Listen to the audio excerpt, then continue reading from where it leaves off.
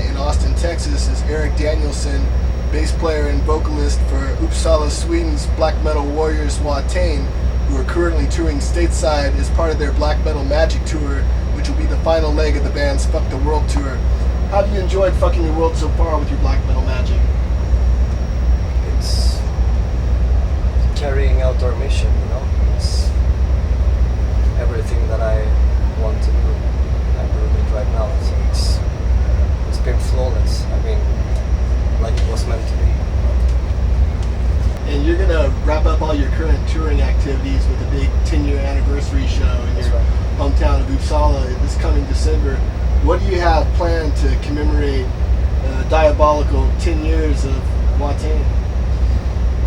I mean, we are always aiming to do things a bit more than what people expect. You know, we always aim to step out of the boundaries, and that is exactly what we've been doing for 10 years, and that is exactly what this 10-year anniversary show has to represent as well. And you've invited fans on your website, Erik, to continue bringing blood, carry-ins, and whatever else is relevant to those ceremonies. And what's the craziest shit people have brought you so far? I don't know, I think we got a good 20 heads of various animals by now down there in the trunk, and what else have we got? I mean, a lot has been flowing in countless amounts, pretty much. So it's been working well. I mean, and you know, we wouldn't let you come to the Lone Star State and leave empty-handed. So on behalf of MetalRules.com, I went down to the Mexican meat market today and got you some bloody piggy parts. That's great. Thank you very much. You're welcome. Let's talk about your upcoming reissues. Norma Evangelion Diaboli are releasing 2 year older albums on picture disc, and also Seasons of Mist are reissuing 2 past albums in the digipack format. What would you like to tell your fans about the upcoming reissues? Well, the picture discs are they were put out very much as a commemoration, as a trophy to ourselves, more or less, you know, like a collector's thing. While the reissues of the 2 first albums and CDs were more, well, there are a bunch of reasons actually why we decided to put them out, but first and foremost, the label that put them out in the beginning, Drakkar, they were, well, for what they did at the time, they were alright, but we needed something far more in terms of distribution. I mean, I think the albums still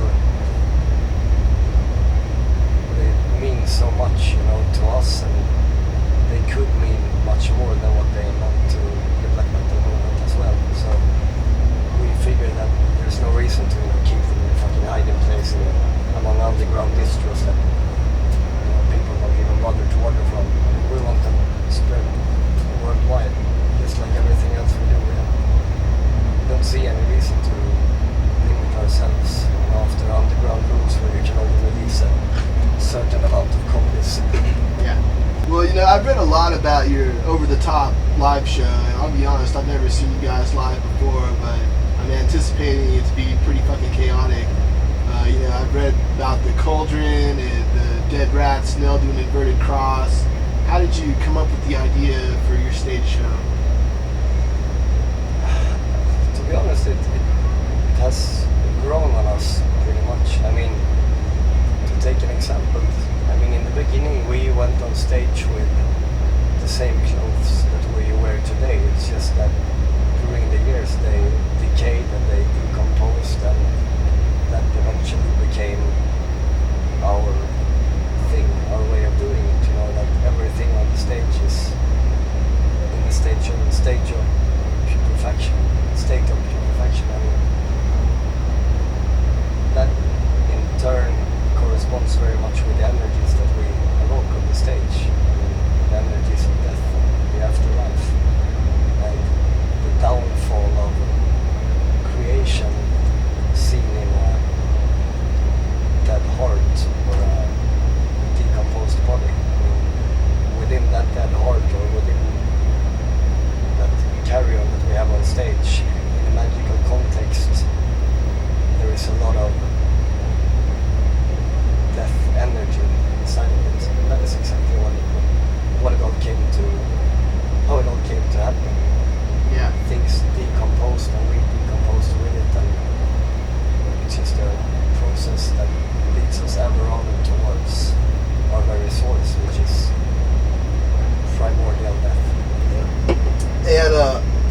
wanted to ask, you know, like, I read that you guys sometimes throw stuff at the audience. Are you going to look for a Kid in the Marilyn Manson shirt tonight and just totally nail them with that? It's not really a matter of, you know, degrading people when we share our blood with them. It's more similar to taking communion, I would say. I mean, everything that we have on the stage is holy to us. I mean, the blood is divine. All the stage props they're not there for looking cool, they're there for opening a gateway. What people should see on the stage is a glimpse into the backside of reality. And by sharing the blood with the audience, that is a direct communication between the chaotic forces of the beyond and that which we are waking up in the audience. That is the reason why we throw blood or share our blood with the audience.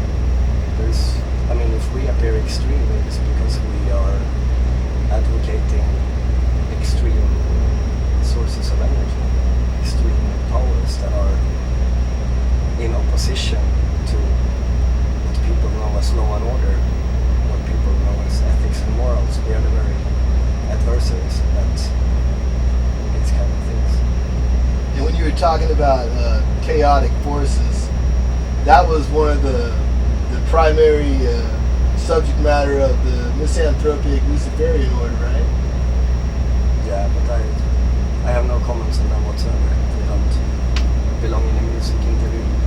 All I can say is that we support them wholeheartedly. That's a very interesting point, and I wanted to get your personal take on this, and it's okay if you don't want to answer it. You know, there's so many of the black metal bands that their views on Satanism are, you know, more of a nature or a tree hugger version of Satanism, but not in a theistic sense. I mean, do you personally, your satanic philosophy, is that based more in a theistic sense than it is a philosophical sense? As if compared to these bands, or what do you mean? Do you view Satan as a physical deity? And do you embrace Satan as a physical deity?